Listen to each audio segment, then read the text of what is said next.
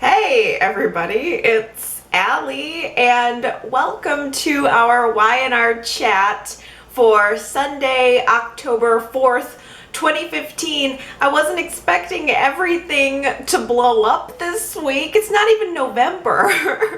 It just sort of erupted everything all at once. And I definitely was not expecting Adam's identity reveal to happen. Maybe I was the only one who didn't know that we were that close to it, but I was shocked not only that it was happening, but shocked and interested by the fact that the two people who played the biggest part in ultimately having Adam's secret unleashed onto the town were Chelsea and Ian Ward. I mean, it's strange. He ultimately undid himself. It was his association with Ian Ward that ended up being the catalyst for everything coming out. It ultimately was his desire for revenge on Victor that ended up outing himself. And it was a really surprising twist for me. I think it's been kind of a surprising journey. I don't know why Adam would want to get involved with Ian Ward in the first place. Adam has, I think, no experience in dealing with people who are worse than him. I think Adam usually deals with people that are on his level or not as bad. But with the second he got involved with Ian Ward, it was like a whole nother level. Ian Ward is 10 times the villain that Adam could ever be. I mean, maybe Y&R put Ian on the scene so that we could, have a comparison there. I mean, Ian makes Adam look like an angel. Adam all of a sudden realizes that the Paragon project has become too big, too powerful. It's destroying not only, Newman Enterprises beyond what he thought. It's destroying Chelsea's line. So he decides to try to put the pressure on Ian Ward and demand that he pull the plug on the project. I mean, imagine Adam trying to talk somebody else into letting go of their desire for revenge against Victor. It was bizarre. And Ian was absolutely not having it. I loved the escalation of that relationship too. Just the fact that these two people started out as co-conspirators and ended up in this dance, this sort of just scary dance of, who's gonna win. I mean, it became violent pretty quickly. Ian says, hell no, I'm not pulling the project on I'm not pulling the plug on my pet project. He loves Paragon. And he had this great line. He says, I am the paragon of retribution, which sort of, I guess, explained Ian's motivation and why he was so connected to this big project. And he certainly was not going to let Adam stand in his way of that retribution. It was like as soon as Adam turns his back, Ian pulls out his whacking pad and whacks Adam over the back of the head with it. What was that thing? What was that whacking pad? Is there a specific name for that? Because it was one of those old timey like 1920s Chicago gangster. I don't even know if it was 20s or not, but it was like this weird. It was made for violence, so it was like an old gangster tool. It might as well have been brass knuckles or something. I gotta get a zoom in on what the heck that whacking pad was and what it was. Maybe and you can leave me a comment and tell me. I guess the fact that the Ian and Adam relationship escalated to this level of violence now. I mean, Adam was bleeding on the back of the head. He was knocked out. He was passed out.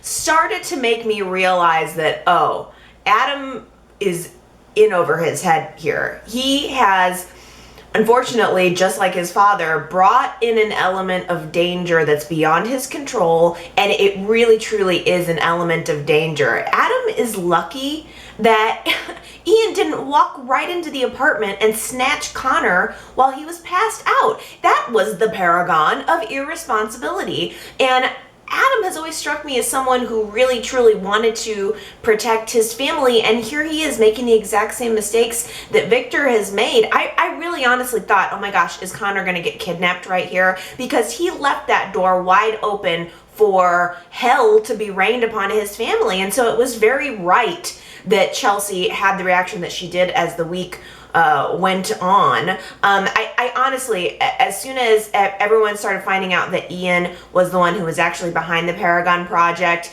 and Kevin came running in and telling Adam as if Adam didn't know, and Chelsea kind of caught Adam sneaking around that apartment next door, she started to put those pieces together herself. I thought it was going to happen immediately. I thought that she was just going to know, but it was kind of nice to watch her process of realizing that Adam was also the one behind this. Not just that he was in on this Paragon project, but that he was in dealing with some really, really horrible people. I mean, Ian Ward I think he's been an entertaining villain this time around, but I mean, when he last left the show, it was sadistic. Nikki describing her, the things that he did to her. This man is truly an evil presence, and her husband has gotten mixed up with him and left open their family and their life to destruction. I loved watching her put it all together, and I love that this woman knows her husband. I mean, Chelsea doesn't just sit back and twiddle her thumbs and say, oh, well, maybe Adam's in on it, maybe not, I'm not going to question him. Oh, no. She figures it out. She knows Adam's calling card when she sees it. She knows better than anyone what his ultimate motive is, which is revenge against Victor, and she confronts him on it. Naturally, Adam starts to lie. He starts to backpedal, or he starts to at least sort of skirt the truth. I don't think he wants to lie to Chelsea, but he certainly doesn't want to. He's not been forthcoming with what's been going on, and that's all she's really asked of him since he came back, and she accepted him. She accepted that gross. He got to know her under a false identity, and he had cameras set up on Connor. I mean, the whole time before she even knew that it was Adam. It's insidious right there in and of itself. And she forgave him, and she took him in, and the only thing she asked was that he be honest with her, and he couldn't do that. And she said to him, you don't even know the difference between a lie and the truth anymore. And I almost kind of think that's true. It's almost as if he creates this reality in his head, and that's what it is. And there are many characters on the show that are guilty of that too, but hot damn, Chelsea took the reins. And I was just I felt kind of proud of her this week, and not from a perspective of that I don't enjoy Adam and Chelsea, because I do like the relationship. I've come around to being an Adam and Chelsea fan, but at the same time, I'm putting myself in her position, and I'm like, I would never stay with this man. I would have never gotten with him in the first place, but I mean, that would probably be my last straw too. So I was kind of proud of her when she says, no, I'm done with you. She picks up the phone, she threatens to call the police, and Adam rips the phone out of her hand. Again, we're kind of upping the ante here in the fact that it sort of gets physically, rips that phone out of her hand and starts to try to explain to her again, saying that he has a total justification for everything he's done.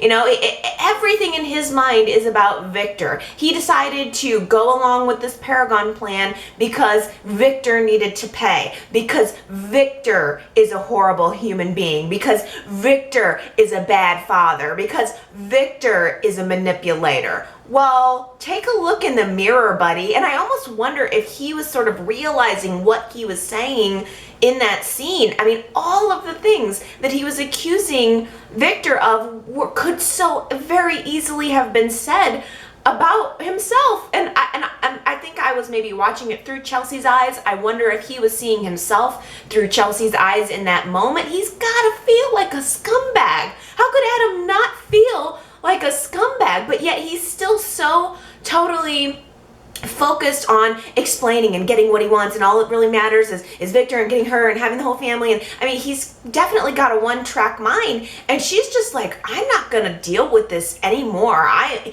not gonna let you lie to me anymore. I mean, she straight up gave him a smack across the face that I was like, you go. You go. I mean, that scene was so powerful. I was glued, absolutely glued to every word that was said, every motion that happened. That was, I think, by far, the Adam and Chelsea big confrontation for me was the best moment of the week. It was just so juicy. I think she's probably the only woman who could ever get away with smacking him like that too. I love that Adam, he is so one-track mind, and he's so powerful, and he's so pig-headed and all of this, and Chelsea just has the ability to cut him down with one smack, and he deserved it. And it almost was like like that was a punishment for him. And again, I really think he deserved it. And from Chelsea's perspective, I think it's not just about learning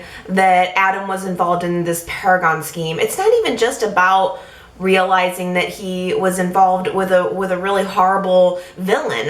Chelsea seems to be coming to a realization of who Adam Newman really is. Because you can be involved in a relationship with somebody and you can experience different facets of that person, but once you get down to that real ugly, dirty truth about someone, when you discover just how much, just what what the ugliest thing about them is, and I think she's realizing that it's not worth it for her anymore. I mean, all of the love and everything that they've been through does not outweigh that ugly truth. And she just tells him, you know what, Adam, fine.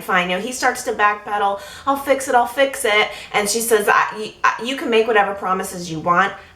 I'm not listening anymore. And I was so proud of her. And on top of that, she goes right to, I'm gonna make you pay. Not only am I mad about this, but I'm gonna make you pay. And she said that. She clearly wants to call the cops. She says, I'm gonna tell everybody exactly who you are. I mean, I don't know. And I'm so interested to hear your guys' perspective on this, because I have to view it through two angles, because I am an Adam and Chelsea fan, and there is part of me that's like, ooh, I mean, she's definitely busting up the relationship here. She is deciding to betray him and his confidence. But at the same time, I have to put myself in her shoes, and I'm like, yeah, you need to get out of this relationship.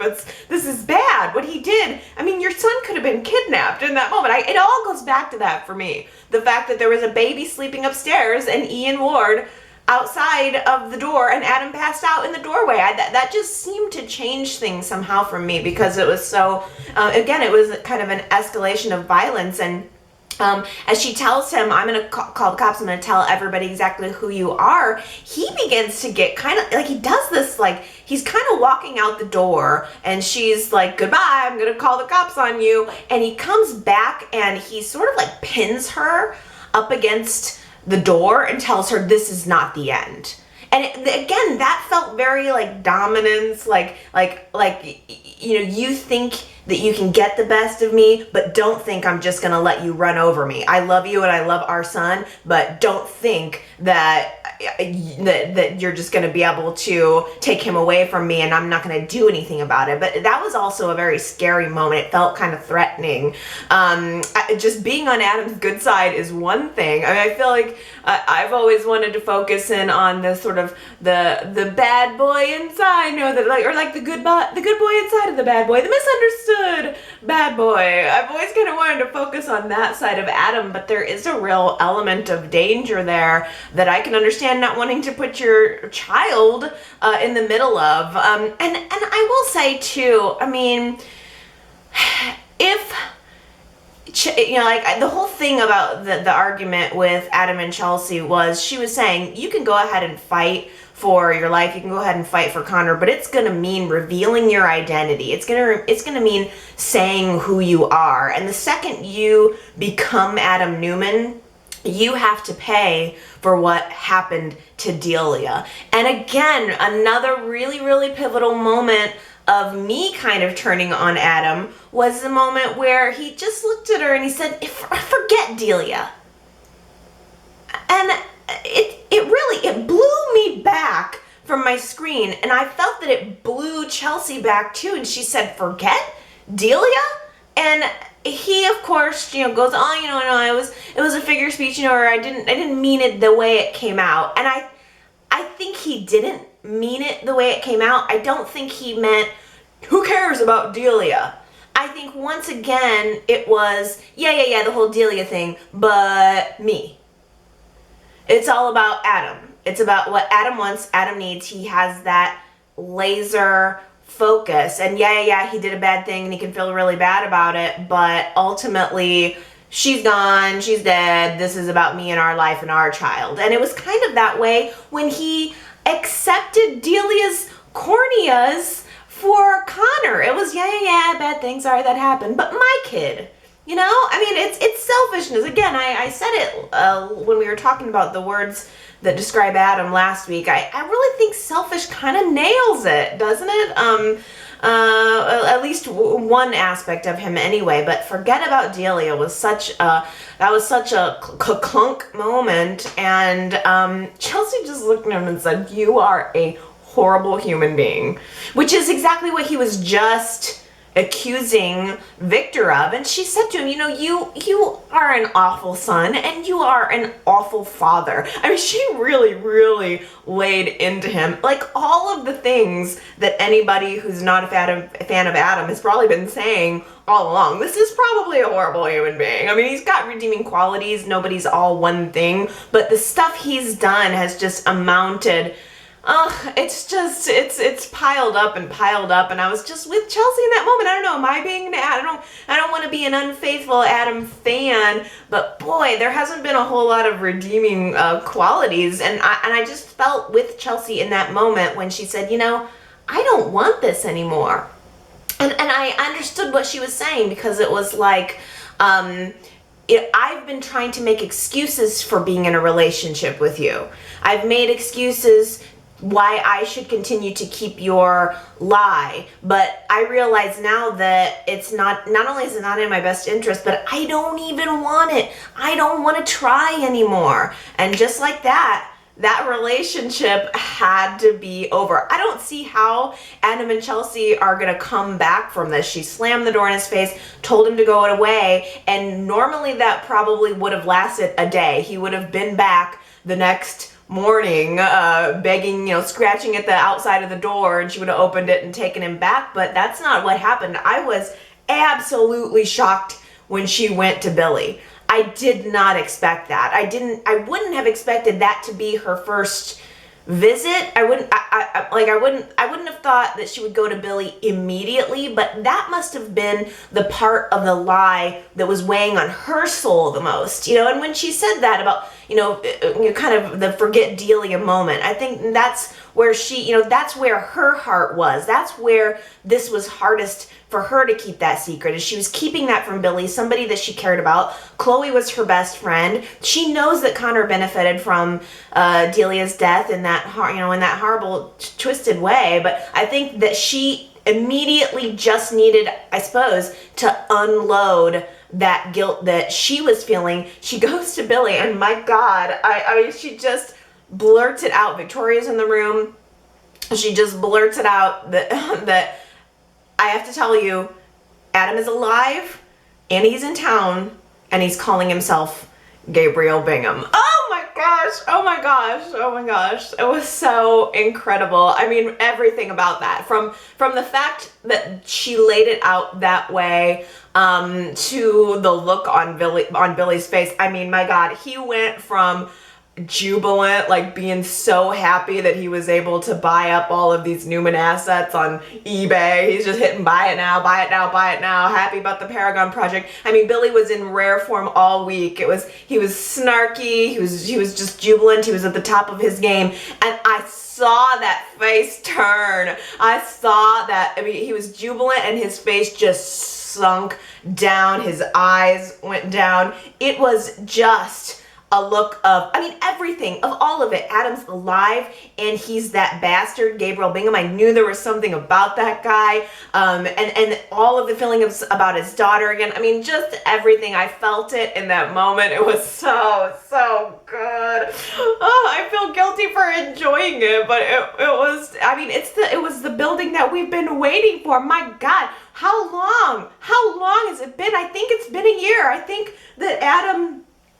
the recast of Adam was like September, I want to say, of 2014. Is that right? So yeah, because I think that was the big sweeps reveal of last year, was the fact that Adam was recast and come back onto the scene. So, I mean, Mike, we've been building this for a year. I think we're allowed to enjoy it a little bit, right? And again, I just wasn't expecting it. It was just, everything was coming all at once. It seems like everybody's just gonna find out next week. Like, next week is gonna be just an explosion of everyone learning the truth. And I guess we're going to be kind of at that crux, or at that moment, at that crossroads of, what do we do now? I mean, Adam's identity is revealed. What do we do now? And I don't know where the writing is going. I'm curious to know where you want it to go. I'm really, I want to understand what you guys want to see out of this whole Adam thing, especially given the fact that it's been building for a year. So my question to you is, would you like to see Adam pay? Is it time? I mean, do you want to see him pay for Delia's death? Is it, like, for all of it, but especially for Delia's death? There is a poll up at yrchat.com. I'd love it if you guys would just go vote in that poll real quick. Would you like to see Adam pay for Delia's death? And I mean, just like yes or no, because I feel like I think it's going to be divisive, because I think some people are probably like, yes, it is time, but I think there's got to be a segment of fans who are like, I don't want to see it. I mean, maybe in theory, yes, I'd like to see him pay, but I don't necessarily want to watch it on the show. So I feel stuck. I don't really know what I want. I don't know what I want to do with this. Maybe that's why it took YNR so long to blow it up. Maybe they don't know what to do with this, but I'm so curious to know how you guys feel about that. So yrchat.com, just go snap vote in that poll and let me know how you're feeling about that. And then next week, it's just going to be all on. I mean, the previews, oh my gosh, the previews for Monday's show have Billy going to confront Adam. I think he flipped over a table or something, and just as it looks like Billy's ready to lunge in and rip Adam's throat out, maybe like bite it and like bathe in his blood, Victor comes in the door and tells Billy to just hold it up. So I don't know what's gonna happen. I mean, I cannot wait to see all of these reactions, and not only just from the main people, but this storyline has had fingers. It's had little it's reached into so many different people's lives. I mean, there's gonna be fallout for everyone else in Genoa City who, I mean, not only the discovering that, oh my gosh, Adam's alive, but the people who already knew. Are we all done with Ian Ward now? I feel so bummed out that it seemed like YNR kind of wrapped up Ian's story at the end of all this. I was just getting into it. I mean, he totally shifted his obsession from Nikki, which is weird. It's weird that Ian was in town for all this time and there was no anything with Nikki, although I'm fine with it because it was so dark. It was just too dark. Where is Nikki anyway? I don't think we've seen her in a while. But it's he just kind of came and went, and he was obsessed with Paragon and with Phyllis for a while, and I thought, oh my gosh, you know, that'd kind of be a great new obsession for him. And finally, Phyllis finding out that her precious Fred was Ian Ward. I was really glad that YNR let Summer catch them talking in the park, and Summer filled Phyllis in about who he really was. And I also liked that YNR did kind of mention that, oh, they didn't tell Phyllis about the whole Summer and Ian Ward thing, which explains a little bit more as to why she was so open to this guy, why she wouldn't know who he was. And it because they did, at the time when Phyllis came out of the coma, they intentionally didn't tell her things and she didn't like any of that. But so that seems consistent to me, so I was able to kind of buy that. And now Phyllis knows who she's dealing with, and she kind of took the lead in trying to figure out was he involved in the Paragon project. I loved the whole twist of Victor and Phyllis going to the jail looking for Ian Ward, assuming that he wasn't going to be there. And of course, he walks right out of the prison infirmary. He seems to be in the paragon of health. He's smarmy and snarky as ever. And that the moment, though, where, I mean, we saw him one scene at the condo, and then we saw him the very next scene at the jail. And I thought, oh my gosh, I mean, everybody, YNR fans everywhere, so many people have said it, like, we all immediately went, oh, does he have a twin?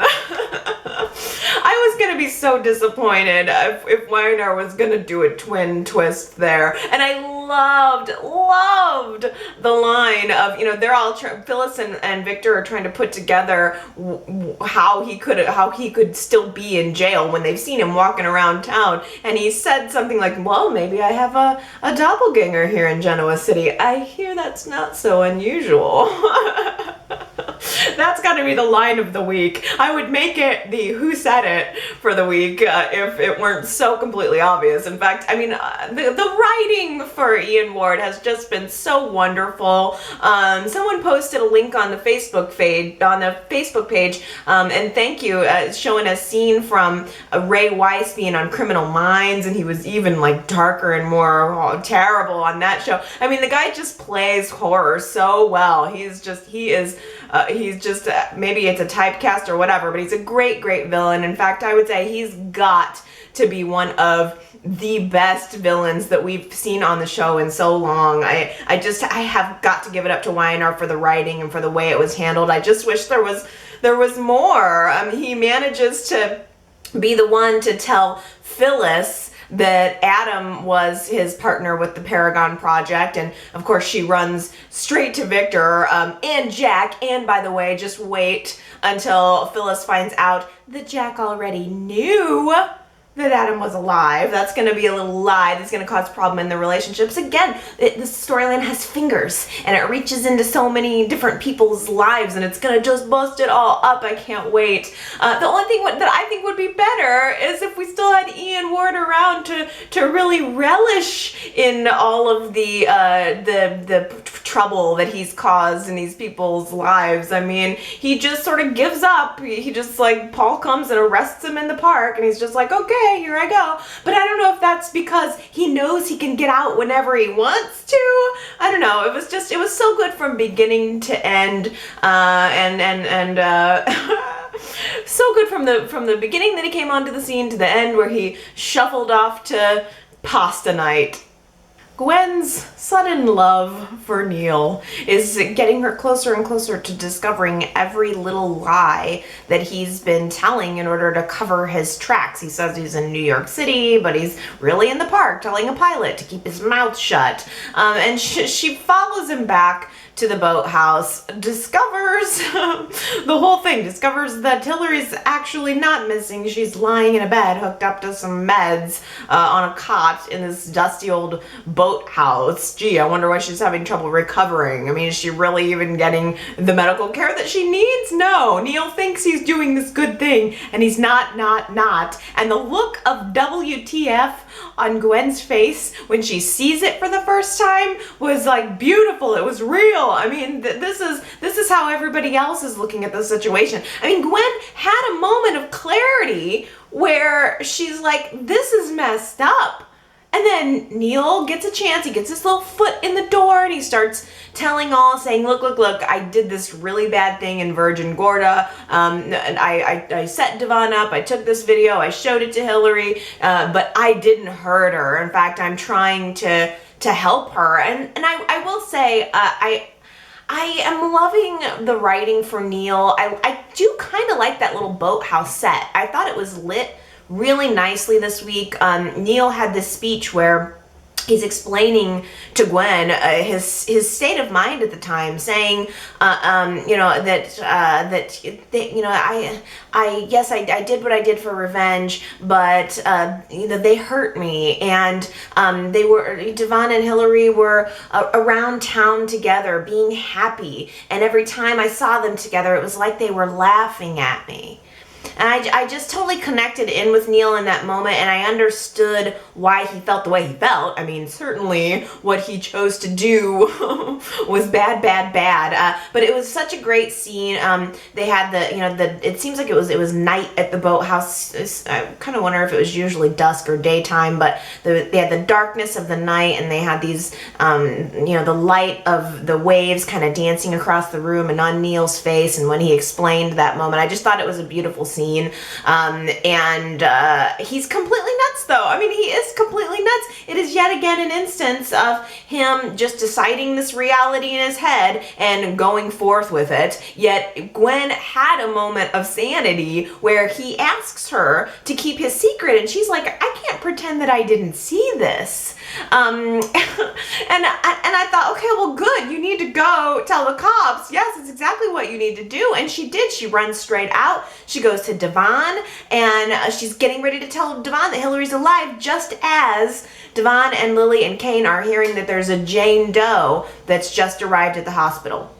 Everybody rushes to the hospital just in time to find out that it's not Hillary, it's Marissa. I don't know how that could have got confused with Hillary in the first place, but it's like Gwen had a moment of thinking, okay, Neil did the right thing. He turned Hillary into the hospital. He dropped her off. All right, okay, we're cool. But then I don't understand entirely why the fact that he didn't do that made her completely change her mind and decide to help him. I mean, Neil has made a poor decision at every step along this way. He decides, oh, well, Gwen's probably going to go to the police, so I'll just leave you here, Hillary, in this dirty boathouse, maybe with the right medicine that you need, and I'm gonna get out of town because I'm gonna have to leave town for a while. That's so ridiculous. What if something had happened to Hillary? I mean, he thinks he's helping her, but again, he's helping himself. He's on his one track. It is his motive is selfish. It's to CYA. It's to cover his own butt. I mean, he can't just come forth and tell people the truth as ugly as it may seem, but he can't just reveal the truth and let the chips fall where they may, take responsibility for his actions. No.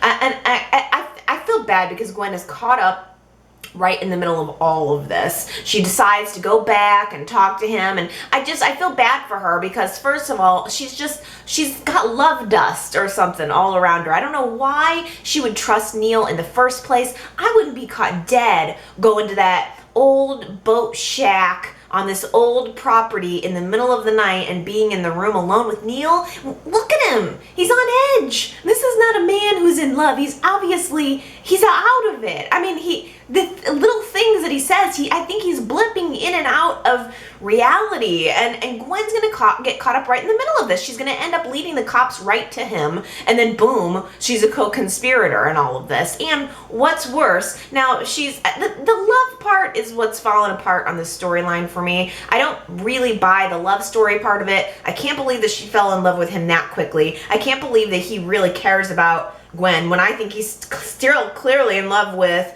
Hillary. So the fact that these two people love each other and they're in it together, that's it doesn't make any sense to me. Gwen's motive doesn't make any sense to me. She's willing to use her own sister to help him out of this. Marissa tells Noah about Marco and Jack and Phyllis and Victor and that whole thing. She tells him everything. And this was supposed to get her back into his good graces. How exactly? I was shocked that she would tell him that. I think Y&R is just like, okay, all the secrets, we're going to let them out this week. This is the week. Because there was no motive for her to have to tell him that. And furthermore, as she's unfolding the story to Noah, he asks, well, okay, you got Marco up to the cabin and you held him for Victor and Jack. How'd you keep him there? And she had to admit that she used her sexual powers to get him there, which, by the way, I didn't get that part. Did you guys think that Marissa slept with Marco to keep him at the cabin? Maybe I I don't know, maybe I'm naive, or maybe I didn't pick up on that. I thought she, kind of like was like, got him into maybe a weakened position, and then tied him up on the bed. But I didn't think she actually went through with having sex with him. But it sort of sounds like that's what she said to Noah, and she could have totally left out that part. You did not need to tell Noah anything about the sexual stuff. You could have just skirted around that whole thing. I mean, I'm sure it's an effort of hers to be completely honest, so that he thinks she's an honest person, but it didn't work at all. I mean, Noah was so angry to finally learn the truth about Marco, and for crying out loud, he should be. He marches straight to Victor, and I did very much enjoy that scene where Noah busts up in Victor's office. He's having a conversation with Jack at the time, and he's just laying out the truth, and Victor was so condescending to Noah. I mean, for crying out loud, Victor brought Marco into town. Marco was directly connected to Noah's fiance's murder, and Victor could barely be bothered. It was as if he was saying, "Silly boy, get out of my office. This issue does not involve me, or I don't have time to deal with your dead fiance and your feelings." Oh, I felt bad for Noah. I like seeing Noah in more of a power position, or at least more of doing something other than getting romanced by Marissa, even though I enjoyed that too. I thought it was interesting because I believe that moment was probably the first time that Noah ever really lost faith in Victor.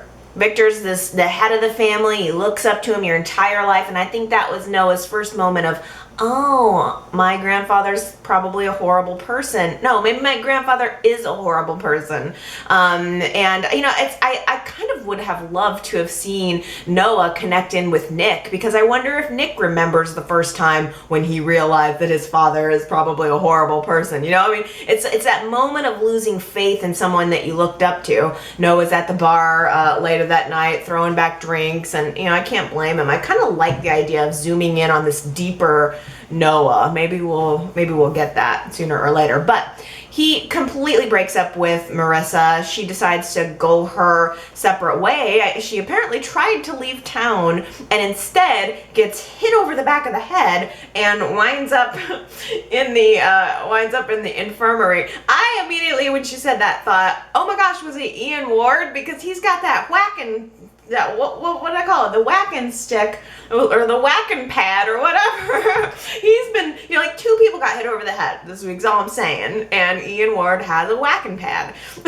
So I think he did it. But of course, word gets out that Marissa's in the hospital. Noah goes to her, and they're trying to figure out who would have had cause to do that. She mentions, hey, maybe it could be your family, and then he of course naturally thinks, no, it wouldn't be my family. My grandfather's horrible, but he wouldn't do that. It's got to be Luca's family. So of course Noah goes and confronts Luca, and I honestly thought maybe Luca did it at first, that he was that kind of guy, but he was so sincere right away. He loves Marissa. He would never actually hurt her, but it occurred to him that maybe it was his father. He's from a very powerful family, and I'm kind of interested to know if YNR has any plans of casting Luca's father. I kind of like the idea of having this other new guy in the mix or something, this other powerful guy to go head to head, because Luca isn't really a match for Victor, but maybe we could get maybe Luca's father, cast him into the show, and that could be interesting.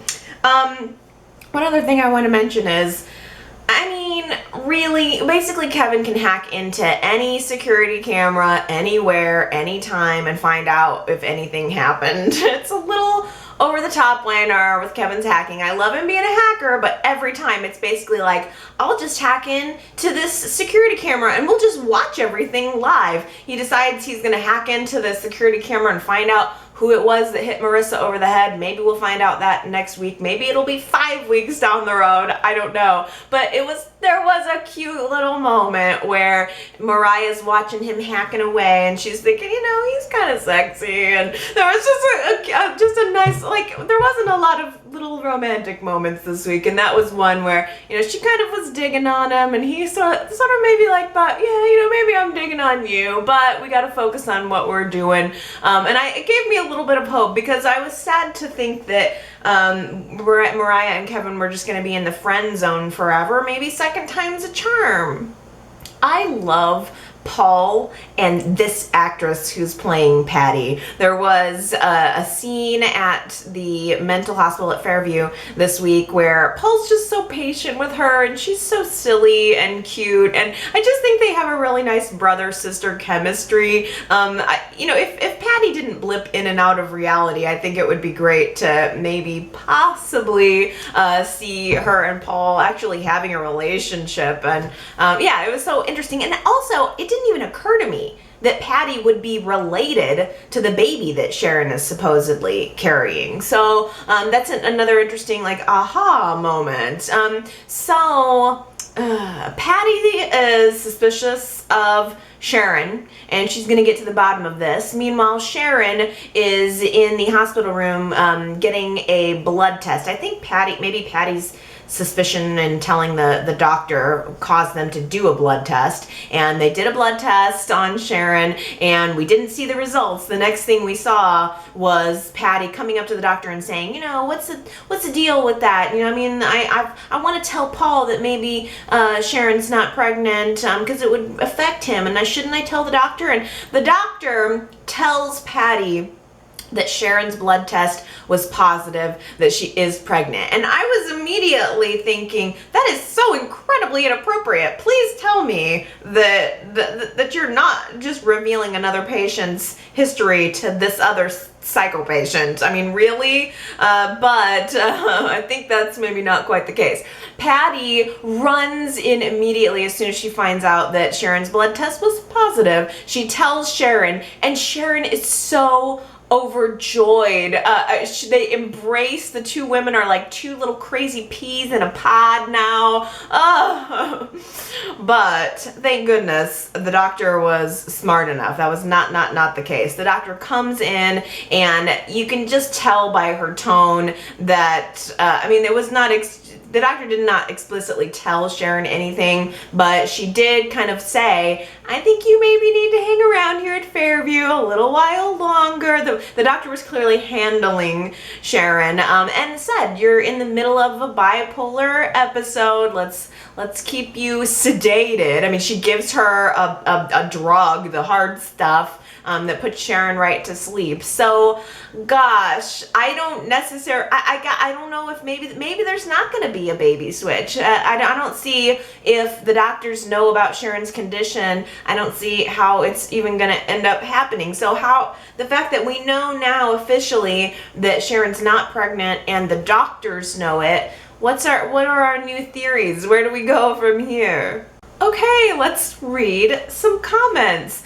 Katie on Facebook says, the last time we saw Patty, she was Genevieve's maid while she was engaged to Jack. She switched places with her the day of the wedding and shot Jack at the altar, which caused him to be bound to a wheelchair. That's what Patty was found guilty of. So last week we were kind of thinking, what was the last time that we saw Patty, and what was she in jail for, and all that. So that's a little bit of back history on Patty. Thank you very much. I mean, she did, the whole thing with Colleen was out there too. I think she had escaped from prison from that too. So I kind of want to say she's been in prison a couple different times for a couple different things, but that was, I'm remembering now, that was the last time we saw Patty.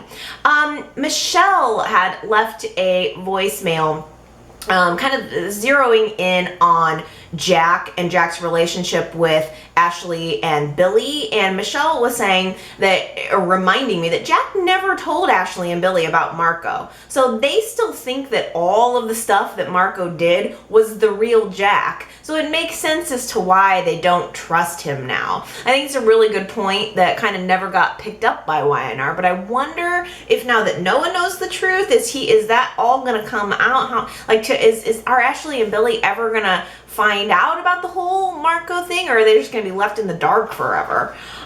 Samuel on Facebook, this made me laugh, said, what is it with these writers bringing people to town with these Spanish accents? Then 2 days after being on the show, poof, accent gone. Yes. I'm assuming you're referring to Luca because I totally noticed it too. As soon as Noah confronted Luca in the bar, he stood up. I mean, he was just like, hey, totally American. I mean, absolutely no accent whatsoever. That was kind of funny. I'm just going to have to suspend my disbelief on that one because I don't think those Spanish accents are ever coming back. Oh, Anna left me a voicemail, and she kind of jogged my memory. She said maybe Adam's identity reveal will bring back Chloe and her baby. I love that idea. That would be amazing. I mean, if we're gonna really dig into to Delia's death, YNR's gotta bring back Chloe. That would be such a good surprise. And we all know that when she left town, she was pregnant with Billy's baby, right? Or was it Billy or Kevin's? I can't remember. Oh shoot, refresh my memory on that one too. I think maybe there was a question, but that would be so good because we see Kevin and Mariah getting closer now. Maybe that could throw a little wrench in there. Or I mean, Chloe coming back would be so fun, and it would have a lot of interesting implications. Beatrice left a really, really good and smart voicemail this week about Adam, and actually she was making a great connection about Adam and Neil kind of being in similar situations where in their own minds, they think that what they're doing is right, and they're just on this one single track. But in reality, that's not how it is. And a lot of people in life do that, definitely. But I hadn't really thought before about how those two stories connect, but it's absolutely true. I mean, Adam and Neil are in very similar situations right now. They both are saying that they're doing things for other people or for a specific reason, and it is retribution and it is selfishness. So I thought that was a very interesting and smart parallel to make.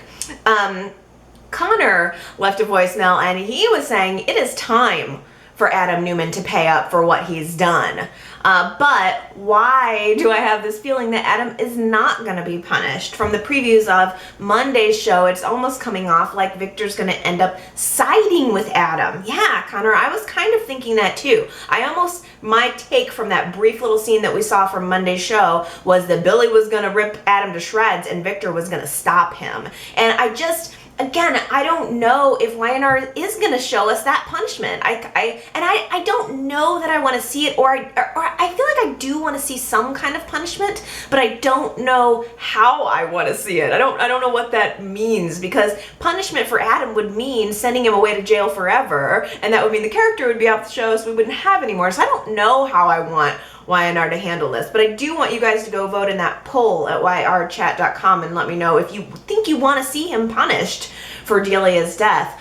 Aunt Daisy on Facebook, ooh, this is good too. She says Sage is the one who set up Adam getting plastic surgery. Wasn't he injured and unconscious? I can't see Nick and Sage staying together after everything comes out. Yes, I mean, that's another really important aspect to this story. Sage was intimately tied to Adam's identity switch, and there is no way that Nick is going to forgive her for that. The only way she gets forgiveness or even a place at the table is if she's carrying Nick's child. And even then, maybe what we're going to see is her fears about Victor taking her child come true. If she did all of this with Adam, if she was in cahoots with Adam, that would be a reason to want to take away her baby. Maybe she's right that that's going to happen. Oh my goodness, yeah.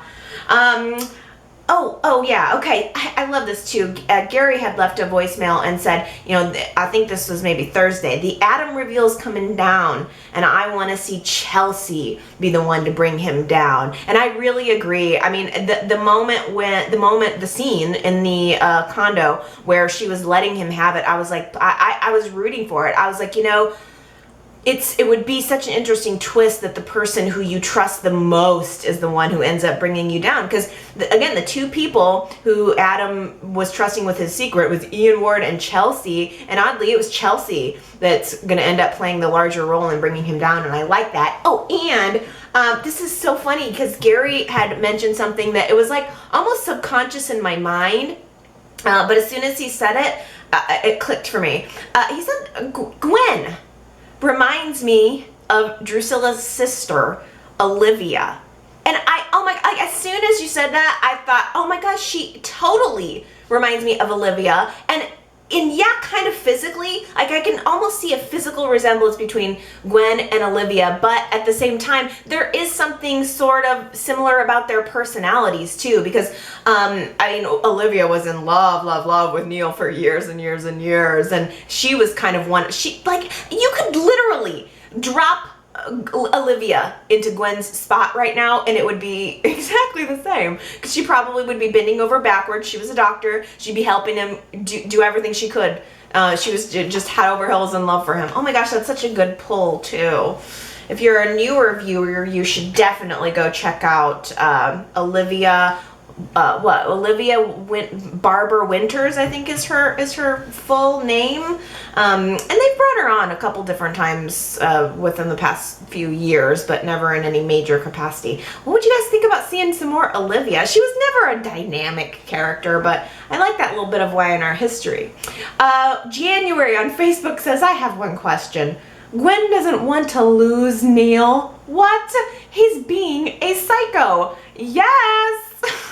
I know, that's how I felt in the boathouse. Like, why would she even want this psychopath? So true. Aaron on YouTube says, if you didn't do anything wrong, Neil, then you don't need to clear your name, which tells me he's guilty. What difference does it make what she says that she needs a hospital? She's in a coma. Why doesn't Neil see that? Yeah, I agree. Neil's hiding something and he knows it. It's just I don't know how totally insidious it is, but it just doesn't make sense to me either why he wouldn't come clean. I mean, the lie is so much worse than the truth. Okay, well, I think that's mostly it for comments, except I want to give a special shout out to John and Mary.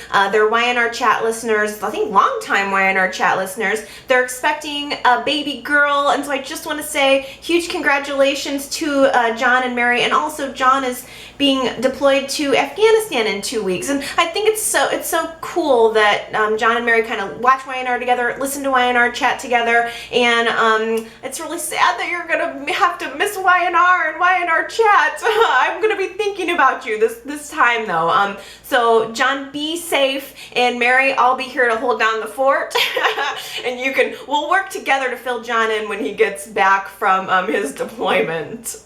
Last week I announced a little new feature at yrchat.com called Who Said It? And what I do is listen to the show throughout the week and I pluck out a quote and I put it up on the website and you guys tell me who you think said it. Last week's quote was, "Fear never got anyone anywhere."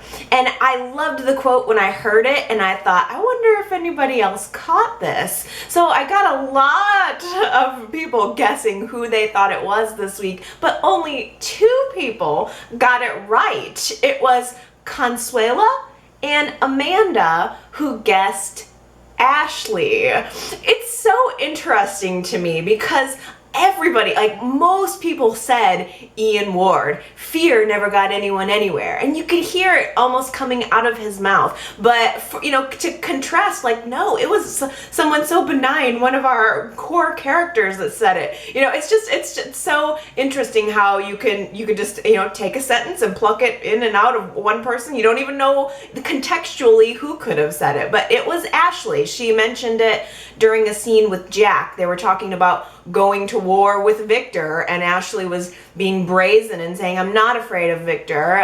Fear never got anyone anywhere. So I thought that was a really great quote, and I have a new one for you this week. And I thought, well, why don't I tie in this week's Who Said It with another soap giveaway? I'm insane, but I went through a phase holidays where I was making a lot of my little handmade soaps. So I've got a couple extra bars, and you guys seem to be enjoying them. I got a message from Bobby just recently, and she said she got her soap from last week, and she really loved it. So I think I'll continue to do this. So let's see. First, let me show you the prize. Well, it's October and it's fall, and here in the Midwest, and specifically in Illinois, we are all about the pumpkins. Illinois is like the #1 world's biggest producer of pumpkins. I mean, we got pumpkin festivals going on left and right here. I love pumpkin. I just always have. And since it takes me about 6 weeks to cure a bar of soap, I was way ahead of the game on this one. I made this bar of pumpkin spice, handmade by Allie, cold processed soap. I made this, I think at the end of August actually, because I knew ahead of time I wanted to smell some pumpkin. Now this is about a 2-ounce bar. It's everything you would expect from pumpkin spice. The name says it all. It's cinnamon. It's a lot of cinnamon on the top. I've already used a bar of this in the shower. As you kind of get into the bar, you get a lot more of the pumpkin notes. I actually used pumpkin puree for color and for texture, so you can even kind of see little bits of the pumpkin inside of it. It really smells like fall. It smells spicy. It's a good creamy bubbly bar. I think that you guys would enjoy that. Guys, girls, I think anybody would like this one. It's just very, I think, luxurious for your fall shower. So that's the prize, soap for soap fans. Let me tell you what you could do to win it. I think I'm going to tie in a Who Said It this week. So I'm going to give you a quote, and why don't we do it, you can either go to yrchat.com and submit your entry, or you can email me your entry, it doesn't even matter if you get it right. Just if you guess, you'll be entered into the drawing to win. So here's this week's quote. I wake up every day riddled with regret. Again, I think this is an interesting one because it could be any number of characters. Who in Genoa City doesn't have a little bit of regret? But only one person said it this week. I wake up I wake up every day riddled with regret. So here's how you can enter. Go to yrchat.com. You can leave a note in the comments and tell me who you think said it, or you can email me directly at ali@yrchat.com. It's ali@yrchat.com. Just let me know who you think said it. You don't have to be right. If you do an entry, I will or if you make a guess, I will most definitely enter you into the drawing for the soap. I'm automatically entering Carol. She had emailed me a little bit late on the last one, and I felt bad because I couldn't get her into the drawing. But this time, Carol, you're automatically in, and everybody else, do your email or go to yrchat.com, and you will be entered to win this bar of pumpkin spice soap handmade by Allie. Yet another in our series, Soap for Soap Fans. Hey, did you guys hear that Daniel Goddard, I don't know how to say his last name, the guy who plays Kane, got injured on set this week? I guess he was doing a fight scene with somebody and something went wrong and he broke his elbow. He had to have surgery. I don't know if YNR is going to end up writing that into the story or if he's going to be off the scene for a while, but that's really sad. I hope he gets better soon. That has got to be a painful injury, a broken elbow. Oh man, I wouldn't wish that on anyone, but I can bet you there are probably women lined up around the block to help kiss that boo-boo. I guess I could be one of them if there's anything that I could do to help you, Daniel. Please feel free to ask. Okay, I think that is it for me for this week. I hope that you guys loved the show as much as I did, and that you are chomping at the bit to leave me your comments. Like, I really can't wait to hear what you have to say. I can't wait to read. You can, again, go to yrchat.com. You can leave your comments on the blog. From there, you can find Twitter or Facebook or however you like to social network. I probably have one, so you can message me that way, or you can also call into the voicemail at area code 309-588-4569 and just let her rip. Let me know what you think about this explosive week in YNR. I'll see you next time. Bye.